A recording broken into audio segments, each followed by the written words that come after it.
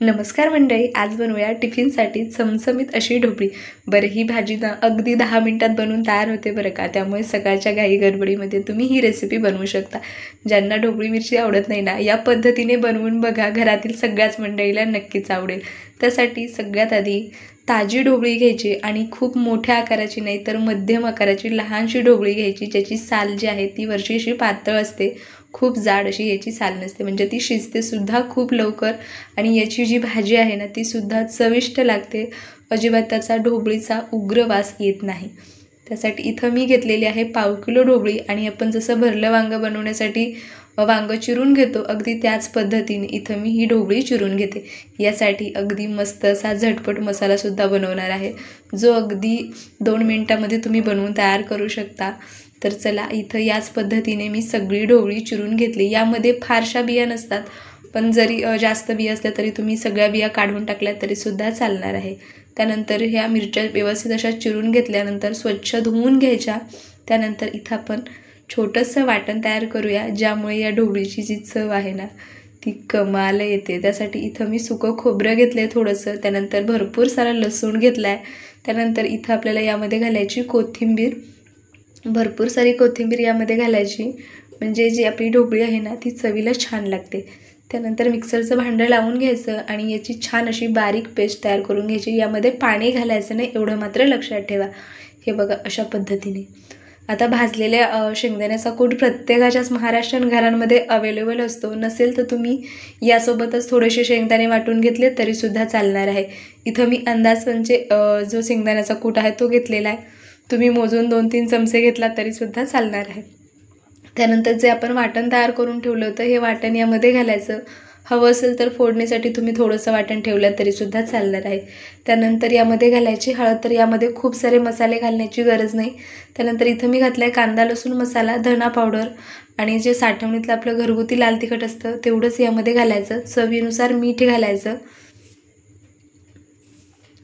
आणि तिखटासाठी साधं जे प्लेन लाल तिखट असतं, ज्यामध्ये खडे मसाले नसतात, ते साधं लाल तिखट यामध्ये घालायचं आणि यामध्ये थोडंसं तेल घालायचं, म्हणजे जो मसाला आहे ना तो छान असा मिसळून येतो। पाणी जर घातलं तर त्याची चव तेवढी छान लागत नाही, त्यामुळे अगदी थोडंसं यामध्ये तेल घाला, छान एकजीव करून घ्या।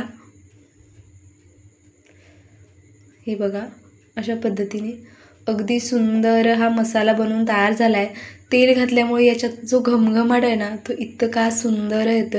हा मसाला तुम्ही रात्रीच्या वेळेस जरी तयार करून ठेवला ना आणि सकाळी पटकन अशी ढोबळीला फोडणी दिली ना तरीसुद्धा चालणार आहे, अजिबात खराब होत नाही, का तर यामध्ये आपण पाण्याचा वापर केला नाही।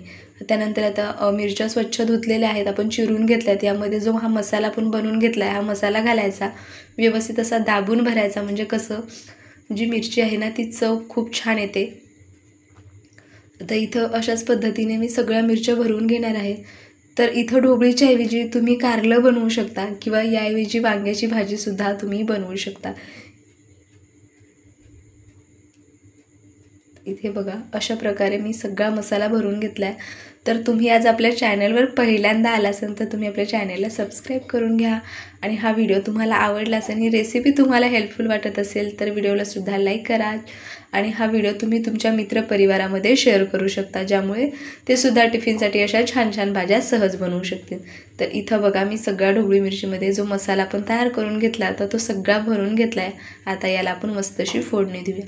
त्यासाठी इथं 1 चमचाभर तेल घेतलं आहे। तेल खूप जास्त घ्यायचं नाही, का तर आपण अर्धा चमचा तेल मसाल्यामध्ये सुद्धा घातलं होतं, त्यामुळे इथं 1च चमचा तेल घ्यायचं आहे। त्यानंतर जिरं आणि मोहरीची फोडणी घालायची। यामध्ये थोडीशी कढीपत्त्याची पानं तुम्हाला आवडत असेल तर घाला, नसेल आवडत नाही घातले तरीसुद्धा चालणार आहे, पण याचा जो फ्लेवर आहे ना तो खूप छान येतो।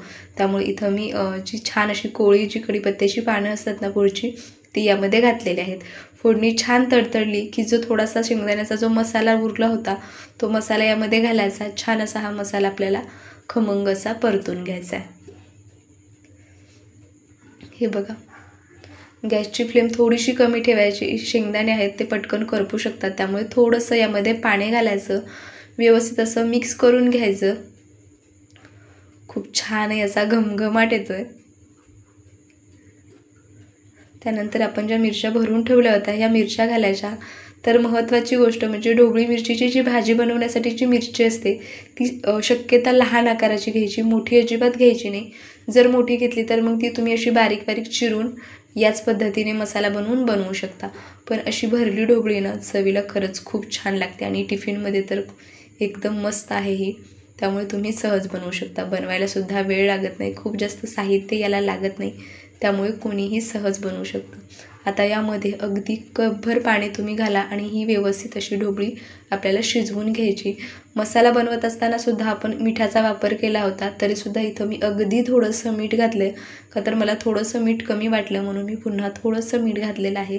तुम्ही थोडीशी टेस्ट करून नंतर मीठ घातलं तरीसुद्धा चालणार आहे.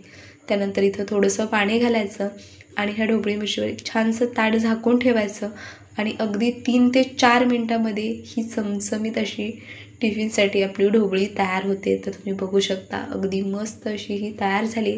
त्यावरती खूप सारी कोथिंबीर घालायची, मिक्स करून घ्यायचं.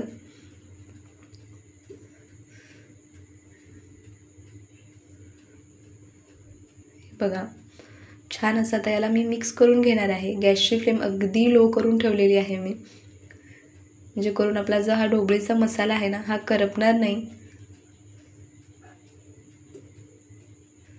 तर तुम्हाला ही भाजी कशी वाटली ना मला कमेंट करून नक्की सांगा. आणि तुम्ही आज आपल्या चॅनलवर पहिल्यांदा आला असाल तर चॅनलला सबस्क्राईब करा, हे व्हिडिओ लाईक करा आणि तुम्ही तुमच्या मित्रपरिवारामध्ये सुद्धा हा व्हिडिओ शेअर करू शकता. तर बघा किती चमचमीत ही ढोबळी दिसत आहे.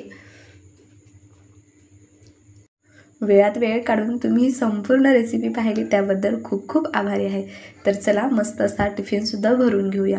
तर टिफिनमध्ये ही भाजी व्यवस्थित अशी थंड करून त्यानंतरच झाकण लावायचं. म्हणजे जी भाजी आहे जर आपण सकाळी लवकर 7 ते 8 वाजता जर बनवली असेल आणि 2 वाजता जर 2-2:30 वाजता आपण खाणार असून तर व्यवस्थित भाजी थंड करून डब्यामध्ये भरायची, म्हणजे अजिबात खराब वगैरे होत नाही. तर चला मंडळी तुम्ही ही रेसिपी ट्राय करा. मी भेटते पुन्हा अशाच एखाद्या छानशा व्हिडिओमध्ये. तोपर्यंत तुम्हीसुद्धा टिफिनमध्ये अशा प्रकारे छान छान रेसिपीज नक्कीच ट्राय करा. तर चला मंडळी, बाय बाय.